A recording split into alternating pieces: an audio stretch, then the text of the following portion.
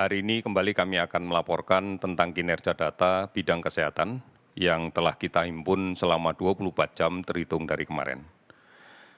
Kita telah melaksanakan pemeriksaan spesimen untuk hari ini sebanyak 21.515 spesimen. Sehingga total spesimen yang telah kita periksa adalah menjadi 803.898 spesimen. Dari jumlah tersebut kita dapatkan kasus baru konfirmasi COVID-19 sebanyak 1.293 orang, sehingga total menjadi 56.385 orang. Kalau kita lihat sebaran kasus ini, yang pertama adalah bahwa Jawa Timur menambahkan kasus baru sebanyak 331 orang. Namun juga melaporkan 121 sembuh. Kemudian DKI Jakarta hari ini melaporkan 193 kasus baru dan 394 sembuh. Kemudian Jawa Tengah melaporkan 153 kasus baru dan 50 sembuh. Kalimantan Selatan melaporkan 106 kasus baru dengan 38 sembuh. Kemudian Sulawesi Selatan melaporkan 89 kasus baru dan 69 sembuh. 19 provinsi hari ini melaporkan kasus di bawah 10. Sementara ada 7 provinsi yang hari ini melaporkan tidak ada penambahan kasus baru. Di antaranya adalah Bangka Belitung, kemudian Bengkulu, Jambi, Kalimantan Barat, Kepulauan Riau, dan Nusa Tenggara Timur. Saudara-saudara, kasus sembuh kita sudah cukup banyak. Beberapa provinsi melaporkan kasus sembuh sudah lebih dari 80%. Di antaranya Nusa Tenggara Barat, 81,1% yang sembuh. Kemudian Kalimantan Timur, 73,7% sembuh. Yogyakarta, 85,3% kasus yang sembuh. Gorontalo, 80,2% yang sembuh. Sulawesi Selatan 82,3% kasus yang sembuh. Kalimantan Utara 73,5% yang sembuh. Lampung 79,3% yang sembuh.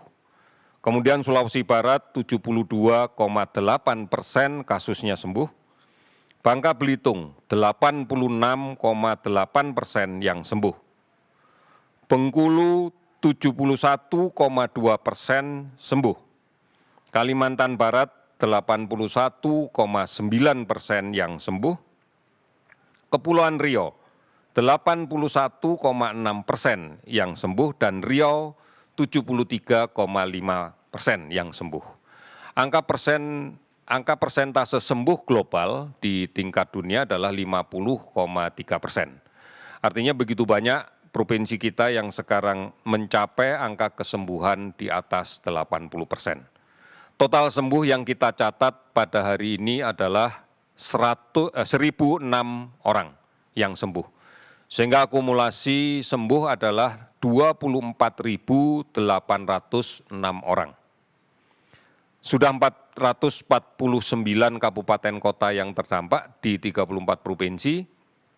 Kita masih melakukan pemantauan terhadap 43.797 orang ODP dan kemudian dalam pengawasan 13.182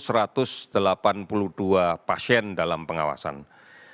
Saudara-saudara, kita maknai bahwa penambahan kasus yang kita identifikasi setiap hari dari hasil pemeriksaan PCR real time atau menggunakan TCM, ini adalah gambaran dari upaya masif kita untuk melakukan pemeriksaan dari screening, dari tracing yang dilaksanakan secara agresif.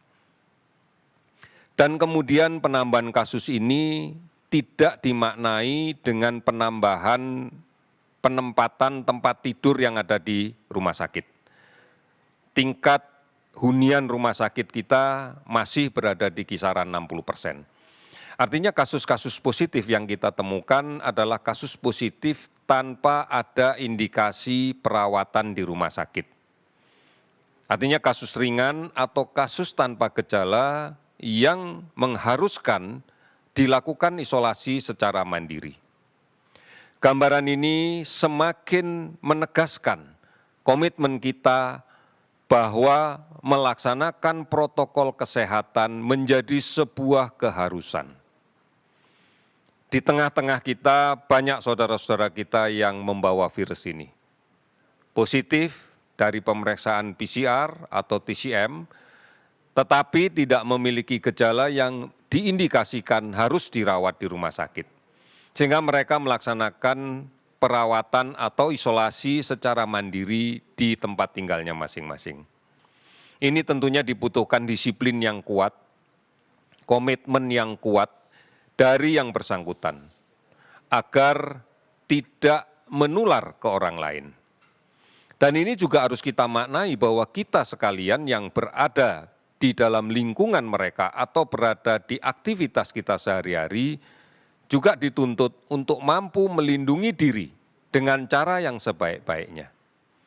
Cara-cara itu sudah beberapa kali dan berkali-kali akan terus kita sampaikan, yaitu dengan mematuhi protokol kesehatan. Menjaga jarak secara fisik dengan orang yang ada di sekitar kita, setidaknya pada jarak lebih dari 1 meter. Menggunakan masker, siapapun, dan kemudian secara sering rajin mencuci tangan dengan menggunakan sabun. Pada situasi aktivitas kita sehari-hari, seringkali kita dihadapkan pada satu kondisi di mana menjaga jarak menjadi sesuatu yang agak sulit kita lakukan. Misalnya berada di kendaraan umum, berada di pintu masuk dari sebuah institusi, berada di pintu masuk dari satu perkantoran yang kemudian bersama-sama dengan orang yang lain, berada di lift. Oleh karena itu, menggunakan masker menjadi sesuatu yang mutlak kita lakukan. Namun apabila memungkinkan untuk menjaga jarak, jagalah jarak. Saudara-saudara, produktif harus kita lakukan. Aktivitas kita harus selektif untuk hal-hal yang produktif. Tidak untuk sesuatu yang tidak produktif. Oleh karena itu, harap kita semuanya bijak menentukan aktivitas di luar rumah.